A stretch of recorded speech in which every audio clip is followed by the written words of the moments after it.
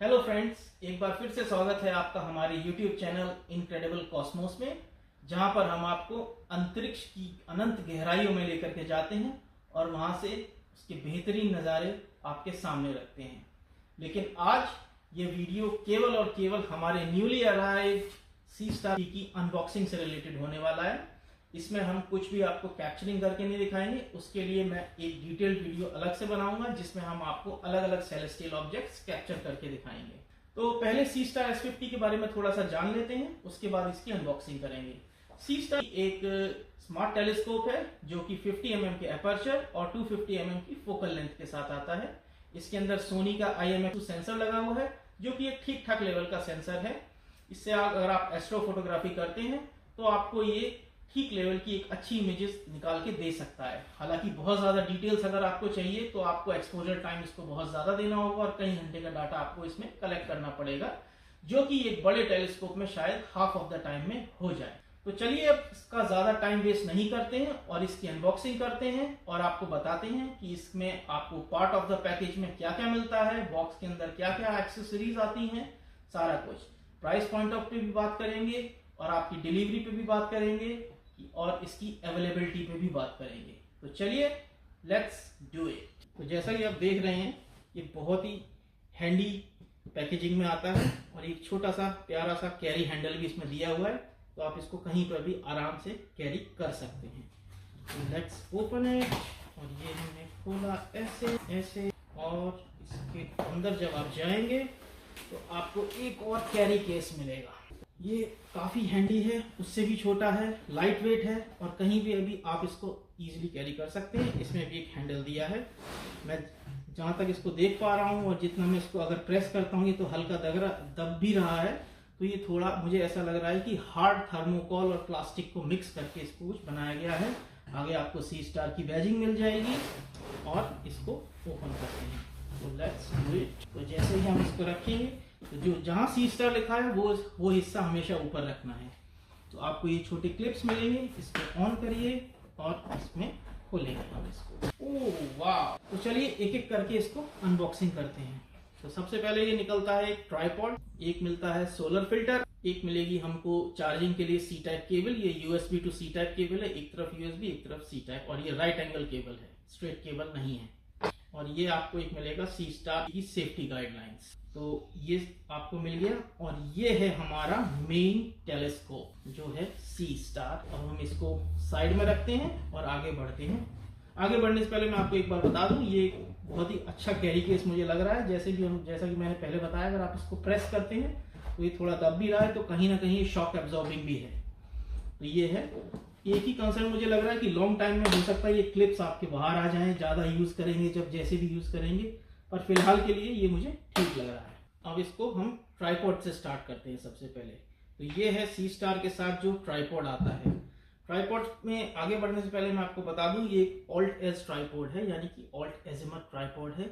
सी star का जो नया वर्जन आया है उसमें इक्वेटोरियल मोड भी आ गया है, लेकिन इक्वेटोरियल मोड को यूज करने के लिए आपको ट्राइपॉड भी इक्वेटोरियल वाला चाहिए होगा, जो कि सी स्टार के साथ इनबिल्ट नहीं आता है, वो आपको अलग से खरीदना पड़ेगा। ट्राइपॉड के ऊपर आपको एक लेवल इंडिकेटर भी दिया है जो आपको बताता है कि आपका जो टेलीस्कोप है वो इवन सरफेस पे रखा है या फिर अनइवन सरफेस पे रखा है, क्योंकि टेलीस्कोप को जब आप कैप्चरिंग कर रहे हैं किसी भी चीज की, तो उसको आपको लेवल, उसका जो है सरफेस लेवल एकदम स्ट्रेट रखना है।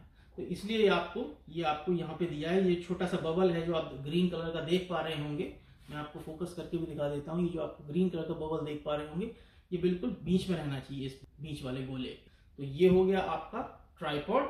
अब हम ट्राइपॉड की अगर बात करें तो ट्राइपॉड का जो आपकी हाइट आती है एज ए स्टैंडर्ड, वो आएगी लगभग आपकी 3 सेंटीमीटर लगभग आएगी आपकी जो हाइट है। लेकिन जब आप इसके यही सारे पैर खोल लेंगे तो हम देखते हैं ये मैक्सिमम कितना जाएगा। तो अब मैंने इसके तीनों लेग्स खोल दिए हैं, तो ऑफकोर्स इसकी हाइट बढ़ गई है।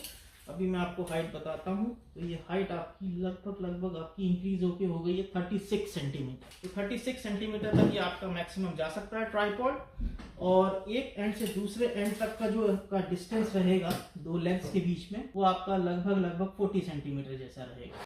और बहुत ही स्टडी ट्राइपॉड है। लेकिन एक रिकमेंडेशन है कि अगर आपको लेग्स खोलने की जरूरत नहीं है तो आप इसको लेग्स फोल्ड करके जो सरफेस लेवल है, जो ग्राउंड क्लियरेंस कम से कम रख के आप कैप्चरिंग करेंगे तो आपकी कैप्चरिंग ज्यादा अच्छी हो पाएगी, इमेजेस ज्यादा अच्छे से स्टैक हो पाएंगी। क्योंकि जितने ऊपर आप इसको रखेंगे, हो सकता है स्पेशली अगर आप हाई विंडी एरिया में हैं तो हाई विंड एरिया में क्या होगा कि टेलीस्कोप आपका हिलेगा, विंड की वजह से वाइब्रेशन आएगी और उसकी वजह से वो बार बार डिटेक्ट करता रहेगा और आपकी इमेज स्टैकिंग फेल हो जाएगी। तो अगर आपको जरूरत नहीं है तो लेग्स मत खोलिए, आप इसको बिल्कुल नीचे रखकर ही आप इसकी कैप्चरिंग करिए। तो चलिए मैं आपको इसको लगा के दिखाता हूँ। तो लगाने के लिए सबसे बेस्ट तरीका और सबसे सेफ तरीका जो है, इसको आप इसकी जो लेग्स हैं उसको फोल्ड कर लें, नहीं तो ये गिर सकता है आपसे। और इसको ऐसे लाई डाउन करना है और ये लग गया आपका, देखिए अपने आप टाइट हो गया। So this is the safest way, इससे ज्यादा सेफ कुछ भी नहीं है। अगर आप ऊपर टेलीस्कोप को ऐसे ऊपर करके घुमाएंगे तो आपके हाथ से गिर सकता है और ये टूट भी सकता है। तो जैसे आप लोग देख रहे हैं, टेलीस्कोप हमारा पूरा इंस्टॉल हो चुका है और ये हमारा कुछ ऐसा दिखता है लगने के बाद। अभी मैं इसका पावर बटन ऑन करूंगा तब मैं आपको इसके बारे में बताऊंगा। लेकिन पावर बटन ऑन करने से पहले मैं आपको एक चीज बहुत इंपॉर्टेंट बता देना चाहता हूं कि कंपनी ने इसके साथ एक सोलर फिल्टर दिया है। तो सोलर फिल्टर हमेशा याद रखिए, जब भी आप टेलीस्कोप को सन की तरफ पॉइंट करें, इवन आप अपना मिररलेस कैमरा है या कोई भी आपका डीएसएलआर कैमरा है, उसको भी अगर आप सन की तरफ पॉइंट करते हैं कभी, तो आप उस पे सोलर फिल्टर जरूर लगाइए। अगर आप सोलर फिल्टर नहीं लगाएंगे तो सन की रेज से जो आपके कैमरे का सेंसर है वो जल जाएगा और ये एक इरिवर्सिबल डैमेज होगा, क्योंकि वो एक बार ठीक नहीं हो सकता। अगर एक बार सेंसर जल गया तो वो पूरी तरीके से बेकार हो जाएगा, फिर आपको नया ही डलवाना पड़ेगा या नया ही कैमरा लेना पड़ेगा। तो इसलिए जब भी आप सन की तरफ पॉइंट करें तो मेक श्योर आप सोलर फिल्टर जरूर लगाएं। सबसे पहले तो सी स्टार को ऑन करने के लिए सबसे पहले आपको ये बटन प्रेस करना होगा। कुछ सेकंड दबा के रखेंगे, 2 सेकंड, तो ये ऑन हो जाएगा। ये 2 बीप की साउंड जब आपको सुनाई देंगी उसके बाद आप उसको छोड़ दीजिए और ये लगभग 10 सेकंड लेता है स्टार्ट होने में। जैसे ही ये स्टार्ट होएगा तो यहाँ पे आप देख सकते हैं इसकी बैटरी फुल है। चारों एलईडीज अभी इस टाइम पे इंडिकेट कर रही है ये अभी फुल बैटरी मोड पे है। अभी ये बोलेगा start up ready to connect, उसके बाद फिर हम कनेक्ट। तो जब ये ऐसा बोले powering on ready to connect, उसके बाद फिर हमको क्या करना है, तो सी स्टार के ऐप पे जाने के लिए हम सबसे पहले ऐप ओपन करेंगे, जो कि अभी ओपन हो रहा है। ओके, जब आप सी स्टार को पहली बार सेटअप करेंगे तो वहां यहाँ पर नीचे एक इसमें रीसेट का बटन दिया है यहाँ पर, तो आपको पहली बार वो रीसेट का बटन दबाना पड़ेगा जिससे इसका वाईफाई ऑन होता है। लेकिन क्योंकि मैं पहले ऑलरेडी ये एक बार कर चुका हूँ तो इसलिए अब मुझे रीसेट का बटन दबाने को ये नहीं बोलेगा। अभी मैं डायरेक्ट जो है कनेक्ट पे जाऊंगा और जैसे ही मैं कनेक्ट पे जाऊंगा मुझे दिखेगा यहाँ पे एक अंडरस्कोर एक कोड के साथ, मैं उस पर कनेक्ट क्लिक करूंगा और जैसे ही मैं उस पर कनेक्ट क्लिक करूंगा तो आप देखिए सी स्टार अभी कनेक्ट हो रहा है मेरे फोन से। अब इसमें आएगा copy wifi password. Wifi password by default 1 2 3 4 5 6 7 8 होता है in almost all the units, लेकिन मुझे अब कॉपी करने की जरूरत नहीं है क्योंकि मैं ऑलरेडी एक बार सेटअप कर चुका हूं। तो मेरे फोन के डेटाबेस में ऑलरेडी ये आ चुका है और मैंने इसको ऑटो रिकनेक्ट पे डाला हुआ है। तो मैं डायरेक्ट ओपन WLAN सेटिंग्स में जाऊंगा और यहाँ पे मैं देखूंगा ये वाईफाई सर्च करेगा, इसमें आ चुका है। तो मैं S50 पे क्लिक करूंगा और S50 पे क्लिक करने के बाद ये कुछ सेकंड लेगा और ये कनेक्ट हो जाएगा। तो लेट्स वेट, देखते हैं कितना टाइम लेता है। हो गया, ये कनेक्टेड विदाउट इंटरनेट होता है हमेशा। जैसे ही कनेक्टेड विदाउट इंटरनेट होगा वापस बैक जाइए और आप ऐप में वापस चले जाएंगे। अब जब आप ऐप में वापस जाएंगे तो सबसे पहला काम आप कर सकते हैं कि ओपन आर्म, जहां पे आपका S50 डिवाइस का नाम लिखा है उसके बराबर में ही ओपन आर्म का ऑप्शन दिया है, तो उस पर आप क्लिक करेंगे। तो जैसे ही आप ओपन आर्म का करेंगे आप देख सकते हैं ये अपनी आर्म ओपन कर रहा है। कोई एक पर्टिकुलर लोकेशन पे सेट नहीं होता है, लेकिन ये बस ये अभी इसकी आर्म ओपन हो गई है। अब जब इसकी आर्म ओपन हुई है तो आप यहाँ पर देख सकते हैं इसका लेंस आपको दिख रहा होगा सामने से, जो कि 50 mm के अपर्चर का एक लेंस है। और अब हम इसके बाकी के फीचर्स जान सकते हैं। तो आप किसी भी मोड में जाने से पहले सबसे पहले आप जाइए मी के ऑप्शन में, यहाँ पे जो मी टैब दिया उसमें जाइए और उसमें आप जाइए एडवांस फीचर्स में। जब आप एडवांस फीचर में जाएंगे तो आपको वहां पे कुछ बेसिक सेटिंग्स देखने को मिलेंगी जिनको हमें शुरुआत में फॉलो करना बहुत जरूरी है। तो सबसे पहले होता है एनहेंस एक्सपोजर टाइम, जो कि 10 सेकंड्स, 20 सेकंड्स और 30 सेकंड्स 3 मोड्स में हमें दिया है। बाय डिफॉल्ट इसमें 10 सेकंड्स आता है। आप उसको चेंज भी कर सकते हैं 20 और 30 सेकंड्स में, लेकिन वो रेकमेंडेड नहीं है। रेकमेंडेड 10 सेकंड्स ही है, क्योंकि ज्यादा लंबा एक्सपोजर आप लेंगे तो अगेन आपको स्टार ट्रेल्स डिटेक्ट होंगी और उन स्टार ट्रेल्स डिटेक्शन की वजह से बार बार आपकी इमेज स्टैक नहीं हो पाएगी। हाँ, अगर आप इक्वेटोरियल मोड यूज कर रहे हैं then it's a different story, तो आप लॉन्ग एक्सपोजर टाइम को डेफिनेटली आप यूज कर सकते हैं। बट अगर आप ऑल्ट अजीमथ, जो कि हमारा ट्राइपॉड इसके साथ आया, अगर ऑल्ट अजीमथ मोड में यूज कर रहे हैं तो 10 सेकेंड्स का एक्सपोजर टाइम ही रेकमेंडेड है। Execute enhancement after go to, जिसका मतलब ये बाय डिफॉल्ट ऑन आता है। इसका मतलब होता है कि जैसे ही पहली पिक्चर ले लेगा, लोकेशन को सेट कर लेगा, टारगेट सेट हो जाएगा, उसके बाद ये पहली पिक्चर लेगा, उसके बाद ये ऑटोमेटिक फ्रेम्स को स्टैक करता रहेगा और आपकी इमेज एनहेंस होती चली जाएगी। लाइव फीचर ऑन आता है। सेव ईच फ्रेम मैंने ऑन किया हुआ है, बाय डिफॉल्ट ये ऑन नहीं आता, ये ऑफ आता है।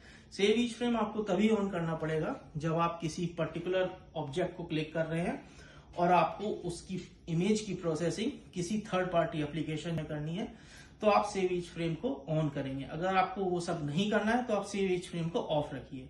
अगर आप सेव ईच फ्रेम को ऑफ रखते हैं तो वो केवल ऑटोमेटिक स्टैकिंग करके आपको फाइनल इमेज दिखाता है, वो हर एक फ्रेम को सेव नहीं करेगा C स्टार के उसमें। उसके बाद हम करेंगे कॉम्पास कैलिब्रेशन। तो टैप किया मैं और ये आ गया कॉम्पास कैलिब्रेशन। कॉम्पास कैलिब्रेशन करने के लिए हम कैलिब्रेट पे क्लिक करेंगे और जैसा कि इसमें बताया गया ऐसे घुमाना है, उसमें वो वीडियो भी बता रहा है। तो कैलिब्रेट पे मैंने क्लिक किया। अब देखिए ये जो ग्रीन हो जाएगा ये सर्कल पूरा, जैसे ही मैं इसको घुमाऊंगा ये देखिए ऐसे हो रहा है। ये मेरी स्क्रीन शेयरिंग चालू है तो आपको ये अपनी स्क्रीन पे भी दिख रहा होगा। इसको थोड़ा सा करना पड़ता है 2-4 बार जब तक ये पूरा नहीं हो जाता। तो कॉम्पास कैलिब्रेशन बेसिकली इसका जो कॉम्पास है वो कैलिब्रेट हो रहा है ऐसे घुमा घुमा करके। देखिए ये मैंने घुमाया, अब ये कंप्लीट हो गई हमारा कॉम्पास कैलिब्रेशन। तो हम कंप्लीट पे क्लिक कर देंगे। कॉम्पास कैलिब्रेशन करना बहुत जरूरी है, क्योंकि अगर आप कॉम्पास कैलिब्रेट नहीं करेंगे पहली टाइम में तो हो सकता है कि आपके ये ऑब्जेक्ट को टारगेट ना कर पाए। मैंने ऐसी गलती करी थी, मैंने बिना कॉम्पास कैलिब्रेट करके मून की तरफ पॉइंट किया था और ये मून को डिटेक्ट नहीं कर पाया था। फिर मैंने कॉम्पास कैलिब्रेशन किया और उसके बाद मैंने देखा कि आराम से मून को डिटेक्ट कर रहा था। तो कॉम्पास कैलिब्रेशन जरूर करें। तो ये हो गई हमारी कुछ इनिशियल सेटिंग्स। और इसके बाद आप माउंट मोड दे सकते हैं। Alt azimuth mode by default selected है, लेकिन अगर आपके पास इक्वेटोरियल मोड का माउंट है तो आप इसको सेलेक्ट करके इक्वेटोरियल मोड पे जा सकते हैं। और उसका इन्होंने ट्यूटोरियल भी दिया है पूरा, जिसमें आपको हम एक एक करके पूरा एक वीडियो बनाया है इन्होंने, लगभग 6 से 7 सेकंड का वीडियो है, तो आप पूरा देख सकते हैं इक्वेटोरियल मोड का। तो ये है। और मेनली और हाँ, एक इसमें मैं इंपॉर्टेंट फीचर है anti due. Anti due feature basically क्या है कि वो आपके लेंस पे बिल्कुल भी ड्यू या फिर धुंध नहीं जमने देता, जिसको हम कहते हैं। तो जब भी आप किसी सर्दियों में या ठंडे मौसम में अगर आप C स्टार को बाहर रख के काफी देर तक आप कैप्चरिंग कर रहे हैं तो कई बार ऐसा होता है कि आपके लेंस पे धुंध जमने लगती है या फॉग जमने लगता है। तो बेसिकली ये एक तरीके का डीफॉगर है, जैसे हमारी गाड़ियों में डीफॉगर होता है, बेसिकली उसी तरीके से एंटी ड्यू काम करता है।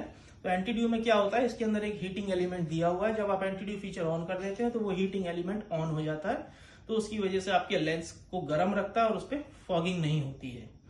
लेकिन उस फीचर को अगर आपको जरूरत हो तभी यूज करें, क्योंकि एक हीटिंग एलिमेंट अगर अंदर ऑन होगा तो डेफिनेटली वो आपकी बैटरी को ज्यादा कंज्यूम करेगा। और जैसे आप इसको ऑन, इसमें अगर एंटी ड्यू के बराबर आप आई पे क्लिक करेंगे तो उसमें लिखा भी हुआ है turn on to prevent lens fogging but note this will drain the battery faster. तो डेफिनेटली वो बैटरी को ज्यादा यूज करेगा। तो अगर जरूरत हो तो ही इसको यूज करें, अगर नहीं हो तो मत करें। अब आप C स्टार पे जब जाएंगे आगे तो इसमें कई सारे आपको मोड्स देखने को मिलेंगे, star gazing mode, solar system mode, scenery mode, और जिसमें आपको अपना स्काई एटलस भी इसमें देखने को मिलेगा। आप किसी भी एक टारगेट पे फोकस कर सकते हैं और ये उसी टारगेट पे मोटर इसको स्ल्यू कर देगी और उसके बाद ये उसको ऑब्जेक्ट को आइडेंटिफाई करेगा। अगर आप ऐसे करके नहीं करना चाहते हैं तो यहाँ पे आपको ऑब्जेक्ट्स में जाएंगे, सर्च का भी फीचर दिया है। उसके बाद सोलर सिस्टम में आप अपने प्लैनेट्स हो गए। और तीसरा मोड है इसमें सीनरी मोड, जिसमें कि आप अपनी फोटोग्राफी के अलावा अगर आप नॉर्मल किसी अच्छी वाइल्ड लाइफ फोटोग्राफी करना चाहते हैं, किसी तरीके करना चाहते हैं, तो वो भी इसमें एक ऑप्शन दिया है। उसके बाद हम अगले वीडियो में जब हम बनाएंगे कैप्चरिंग का, तो उसमें मैं आपको इसकी और डिटेल्स बताऊंगा कि इसमें डीप स्काई स्टैकिंग कैसे होती है, या जो भी इमेज कैप्चर करता है उसकी स्टैकिंग हम कैसे करेंगे।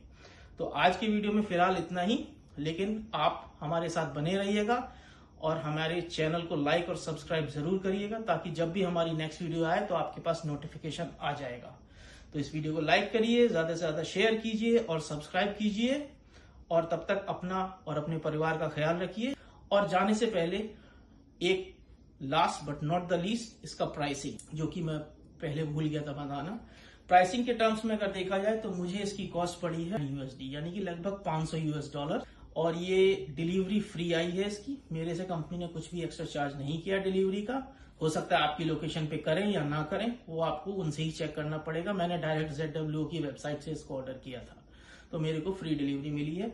तो थैंक्स, आपने मेरा वीडियो देखा, इसके लिए आपका बहुत बहुत धन्यवाद। और हम जल्द ही अपनी वीडियो में, नेक्स्ट वीडियो में मिलेंगे, और डिटेल वीडियो में इसकी बहुत जल्दी बनाने वाला हूं, जिसमें हम किसी एक सेलेस्टियल ऑब्जेक्ट को कैप्चर करेंगे और उसके बाद आपको इसकी प्रोसेसिंग करके फाइनल इमेजेस भी दिखाएंगे। तब तक के लिए शुभ रात्रि, गुड नाइट।